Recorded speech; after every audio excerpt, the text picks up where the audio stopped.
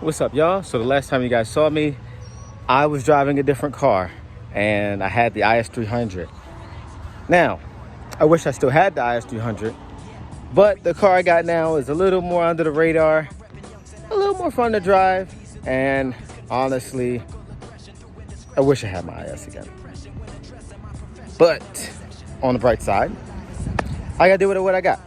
I got this car for pretty cheap and I was able to save money to get something else, which you'll see in about January or February.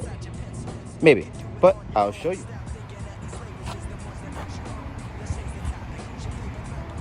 '99 MB Miata, which is okay. I like them. I used to have one before. I'll show pictures of my last one. You know, I gotta put a Booty Warrior sticker on it. But I got a '99 Miata and it came with my doors. And it came with the 10th anniversary seats and the floor mats. So at first I was so confused when I saw it, but then I realized it didn't have blue carpet thanks to a friend of mine at Miatas and More in Orlando, Florida, where you can get your Miatas fixed at. So far it's good. And it came with a roll bar. So that's the nice part. But in addition to this, I did a lot of work to the car so far. I had to adjust the suspension, and now I'm putting in a bucket seat to get a little lower, and I'm hoping that it gets low enough for me to drive at spirit.jp on Facebook. So let's see and get started. So to start off, I looked at a lot of YouTube videos that talked about how to put bucket seats in Miatas, and they always talk about putting them on the factory rails. But it doesn't work as easy as people think it is. You have to really do modifications to the rails, and it still won't sit right. It'll sit crooked or sit far to the left or the right. Other way, you know what I meant.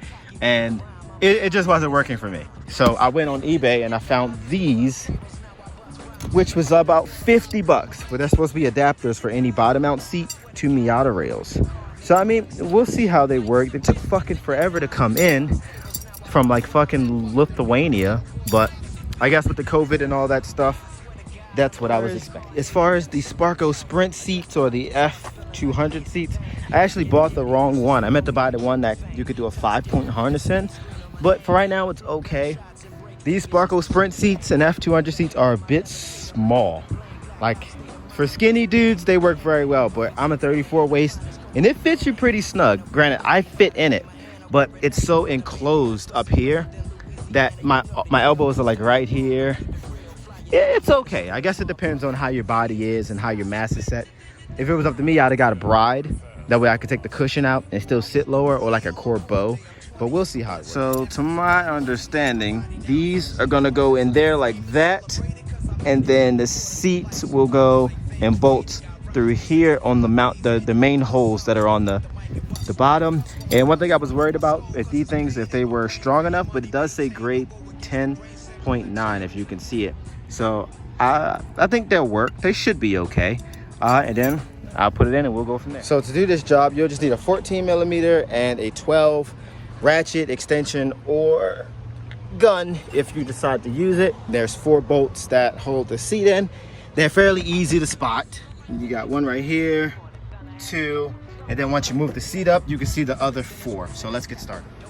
And so when you're all done, it'll be in there like that. It's probably bang against that a little bit, but that's okay.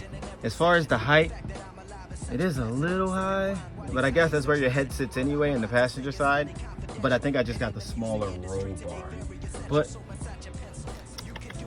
feels good. It's nice.